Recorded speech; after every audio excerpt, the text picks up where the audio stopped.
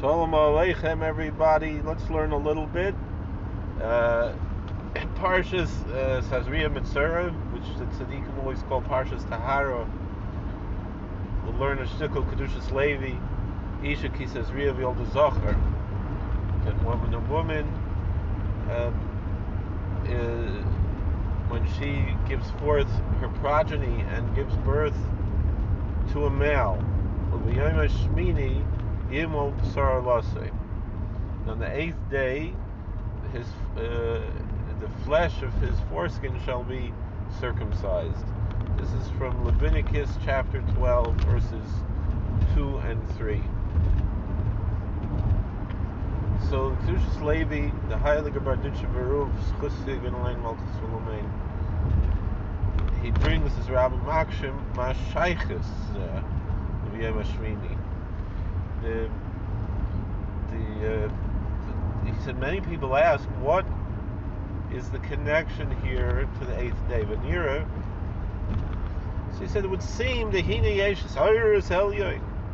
would seem that there is a supernal awakening and arousal.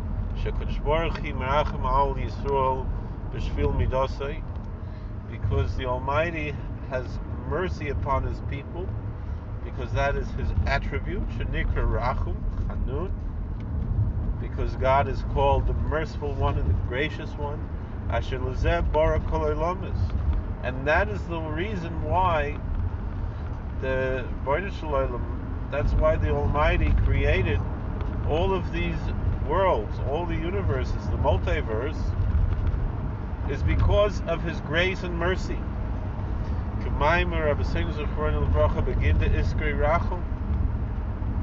And this our sages, our rabbis teach this in the Talmud, that because God is called merciful, etc.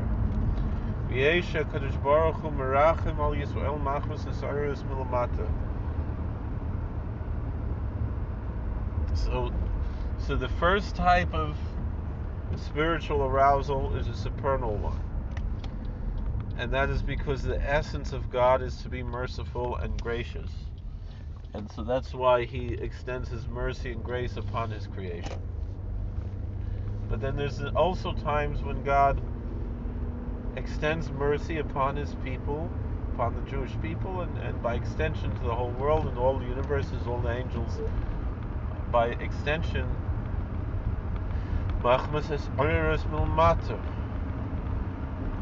that can sometimes come from a lower arousal,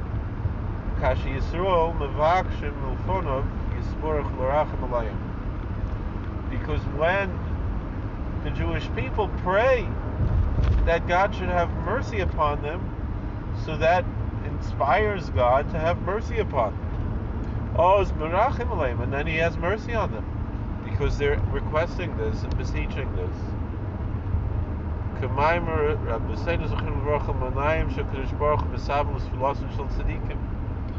we recognize this because God desires the prayers of the righteous. And we learn from various sources that God desires our prayers. For example, we see that He withheld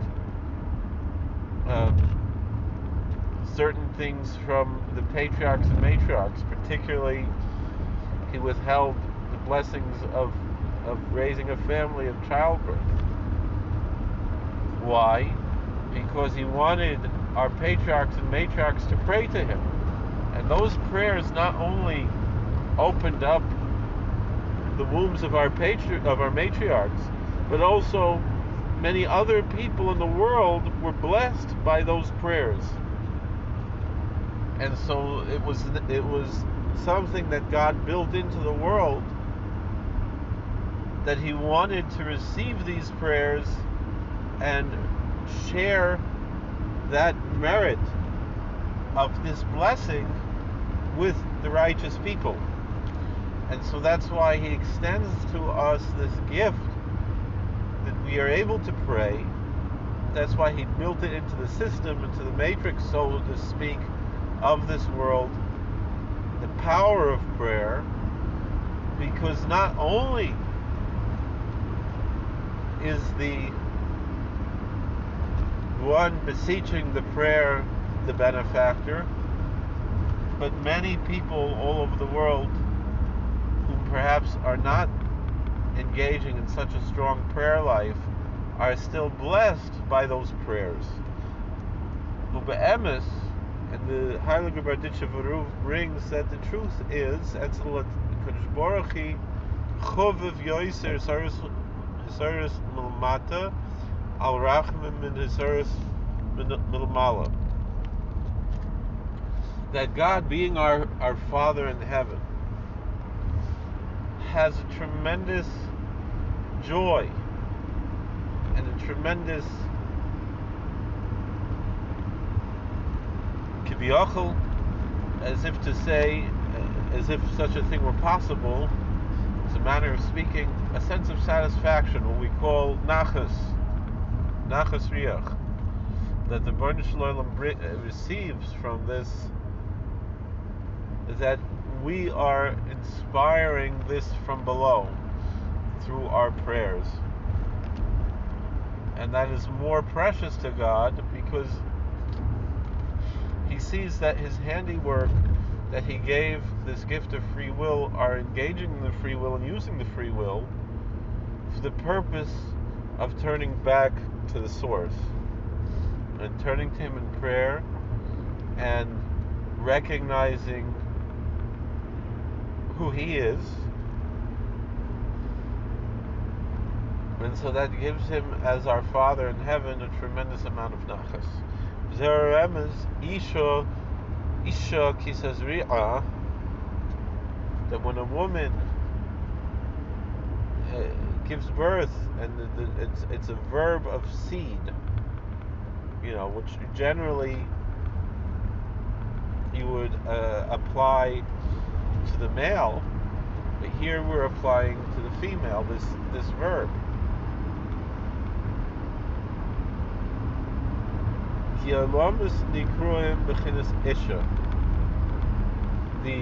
All of creation, all of these multiverse, all the worlds are called, in a manner of speaking, and as a matter of a parable, a woman. Why? Because they are receiving from God. Meaning, in the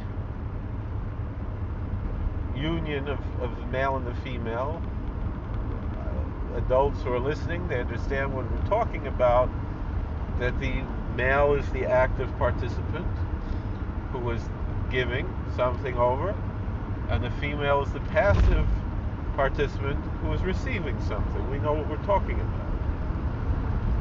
And so, in that sense, God is the active participant that is giving, and creation is the passive recipient, the passive partner in this, who is receiving.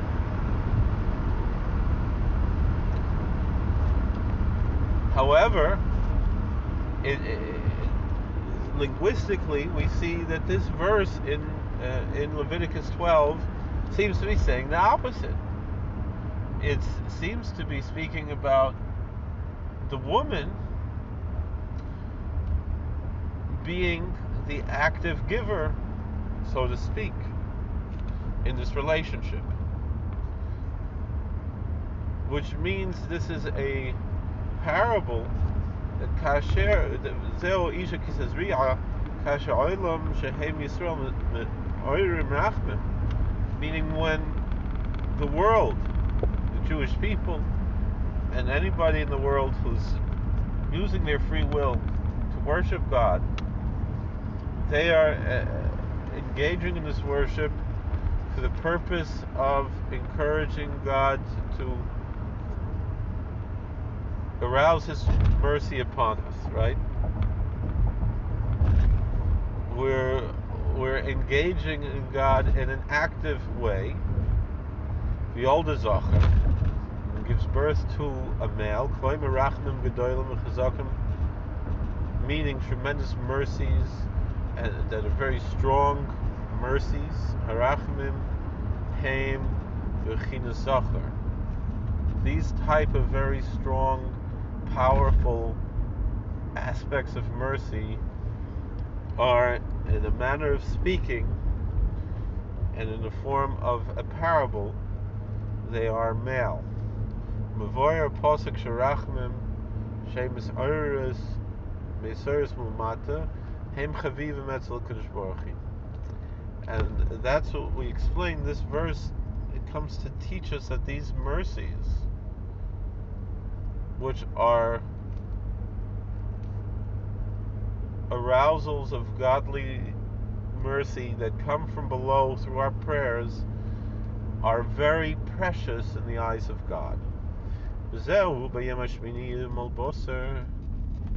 That's the meaning, that on the 8th day the flesh should be circumcised. Al derech al haimina manua masa Kedush Baruch Hu oy masa bosav v'dom. There's a story in the Talmud where a heretic was asking someone, which is better, the works of God or the works of man?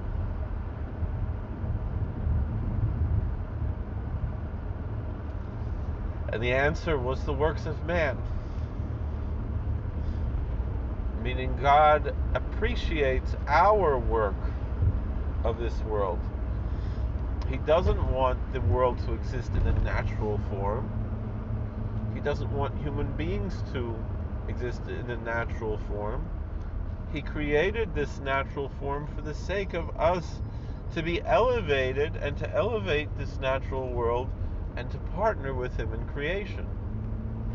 And the symbol of that, whereas the ancient Greeks and the pagan cultures would say, let's just keep things the way they are. The message that God gave us is that no, it's not perfect, because He gave us a world for us to fix. And so the circumcision is the symbol of that. Because He loved us so much that He gave us the opportunity to partner with Him in creation. And so the human body is created naturally with something that is designed and meant to be removed, to demonstrate that godliness is what's better, is something that we can be partners with. And godliness is not the natural state, but the supernatural state that God gives us the opportunity to engage in. So then he says, Lama Kedush Baruch Hu bara Adam Arul. Why did God create a human male that he has a foreskin, he's uncircumcised naturally?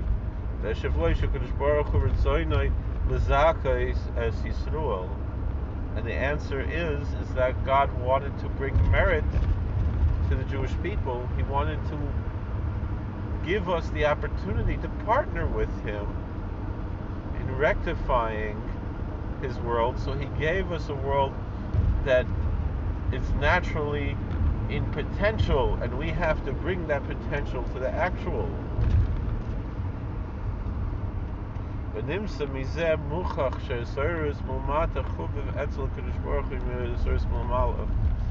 so that demonstrates that God has a greater amount of satisfaction